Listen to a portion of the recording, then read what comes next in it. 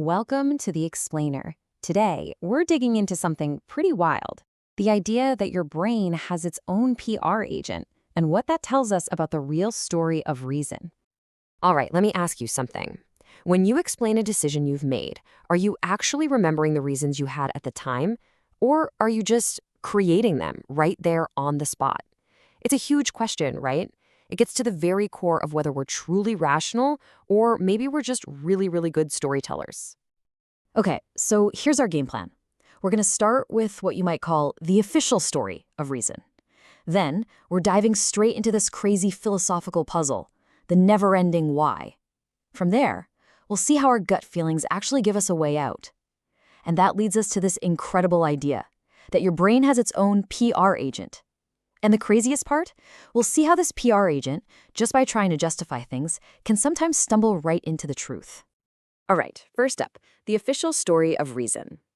This is probably what you think of when you think about, well, thinking. So we usually think about reasoning in two different ways, right? There's what you could call inquisitive reasoning. That's when you're using reason to figure something out for yourself. And then there's argumentative reasoning, which is all about using reason to convince other people that you're right. Now, for a long, long time, the dominant view has been that this inquisitive reasoning is the real deal. It's supposed to be the gold standard, this pure, objective search for the truth.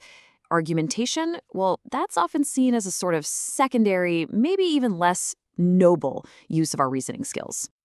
But here's where it gets interesting. That clean split between the two, it's not so clean. Think about it. The reasons you come up with to justify a decision you already made are often the exact same reasons you'd use to convince someone else in the future. It's like they're two sides of the same coin. And that kind of suggests that maybe, just maybe, reasoning is a lot more social than we give it credit for. And that connection, well, it opens up a huge crack in the official story. It leads us right into this deep, logical trap that could unravel everything we think we know about what it means to believe something. Okay, so I want you to think about one of your beliefs. Anything. You've got reasons for it, I'm sure, but what are your reasons for those reasons? And what are the reasons for those? You see where this is going? If you keep asking why, where does the chain actually stop? This right here is what philosophers call the problem of infinite regress. It's like trying to climb a ladder that literally has no bottom rung.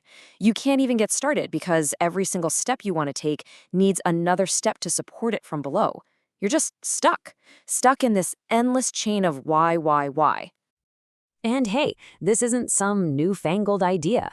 We're talking Lewis Carroll. Yep, the Alice in Wonderland guy who wrote about this exact puzzle way back in 1895. He showed that even the most basic A to B logical step actually needs a little leap of faith, a leap that logic itself can't really explain. So how in the world do we get out of this trap? Well, the chain has to stop somewhere, right? It needs an anchor, something that holds it all up that isn't just another reason. And what is that anchor? It's intuition. It's that gut feeling, the conclusion that just shows up, no conscious reasoning required. This idea completely changes the game. If intuition is the bedrock of everything we believe, then what on earth is reasoning actually for? So let's be clear, intuition isn't some kind of magic. It's basically the conscious tip of a massive unconscious iceberg of thinking. It's the end product of all these mental processes that are happening under the hood, outside of our awareness. You know, like the Bubakiki effect, how we all just know which shape is which without being told. That's your unconscious brain doing the heavy lifting and then just handing the final answer over to your conscious mind. And this leads to a pretty revolutionary idea.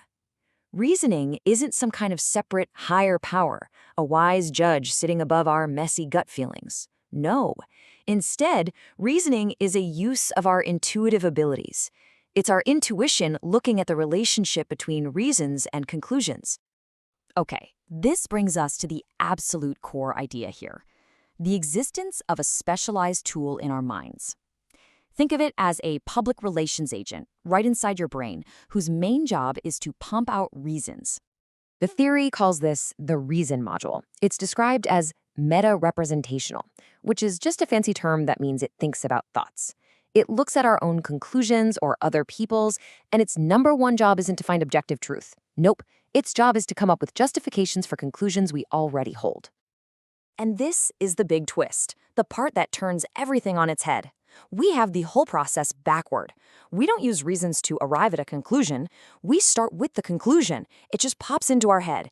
And then we work backward to find reasons that support it. Conclusion first, reason second.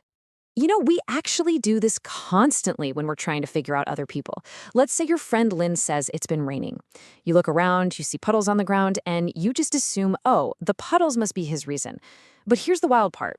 We do the exact same thing to ourselves. We look at a conclusion our brain has already made, and then we reverse engineer a plausible story for how we got there.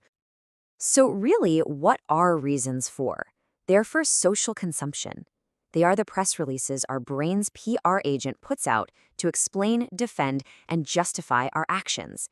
It's all about managing our reputation in the eyes of others. Okay, so wait a minute. If our reasoning is really just a PR agent spinning self-serving stories, then how is real, honest reasoning even possible? How do we ever change our minds? How do we find better answers if we're always just justifying what we already believe? Well, the answer seems to lie in a kind of battle of intuitions. First, you have your, let's call it a first-order intuition. That's your initial gut reaction about the world. Like Jeb gets that scam email and his gut screams, I'm going to be rich. But then a second-order intuition can kick in. And this is an intuition about the quality of his reasons. It's the little voice that says, you know what? This sounds way too good to be true. Let's put this to the test with a quick puzzle. I want you to really think about this for a second. A bat and a ball cost $1.10 total. The bat costs exactly $1 more than the ball. So, how much does the ball cost? Okay, I'm guessing your first-order intuition, your gut, probably jumped right to 10 cents. It just feels right. But when you actually test that reason, it doesn't work. A $1 bat is only 90 cents more than a 10-cent ball.